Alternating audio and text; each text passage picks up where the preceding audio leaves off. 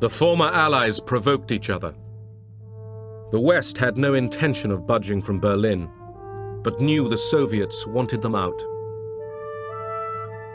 They feared Stalin might risk war to achieve it.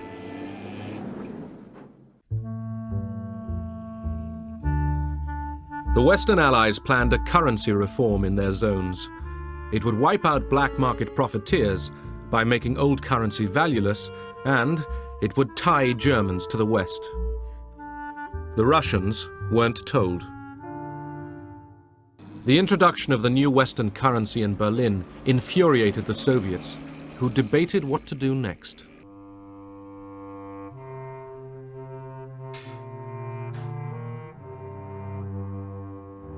The Soviets blocked all major road, rail, and canal links between West Berlin and Western Germany. They made no concerted effort to seal every route, but delivery of the 12,000 tons of food and coal normally supplied by the West to Berlin every day was now impossible. The Soviets cut electricity supplies to factories and offices. West Berliners could do little.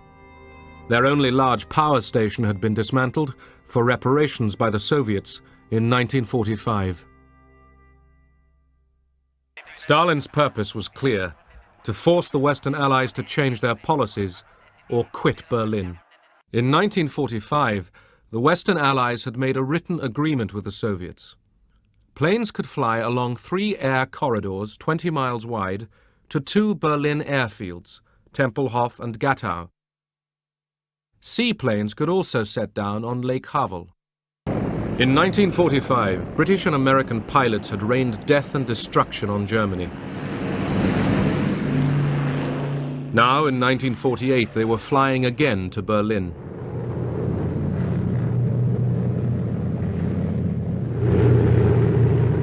This time, they were keeping the city alive.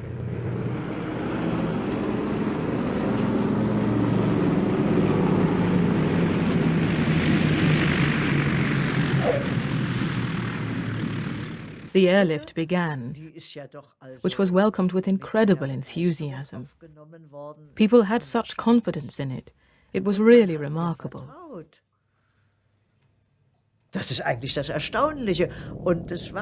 People thought, why shouldn't it work? They dropped so many bombs on Berlin. They should be able to drop potatoes. Bomben hier abgeworfen, da werden sie doch auch Kartoffeln abwerfen können.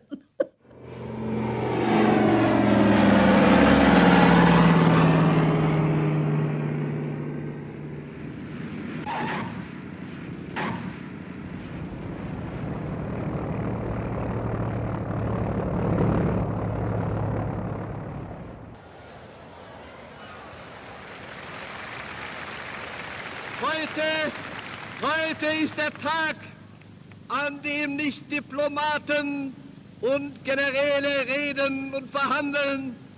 Heute ist der Tag, wo das Volk von Berlin seine Stimme erhebt.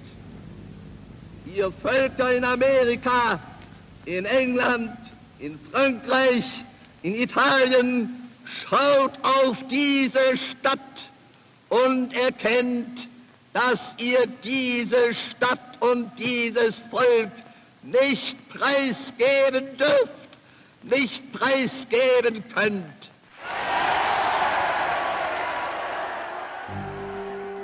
When the rally was over, the Soviet flag on the Brandenburg Gate was torn down.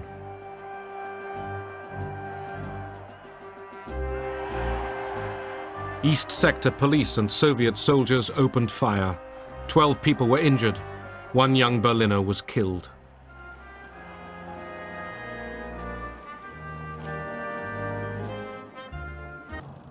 Airlift pilots could fly up to 3 missions every day. An American pilot brought his own 8mm movie camera. I went back to Berlin to get this picture. Inside the barbed wire, kids came up on the other side of the barbed wire, looked at me in the uniform, came up and started talking to me. How many sacks of flour you got? You know, how's it going to be tomorrow? They got off the subject of flour very quickly, on the subject of freedom.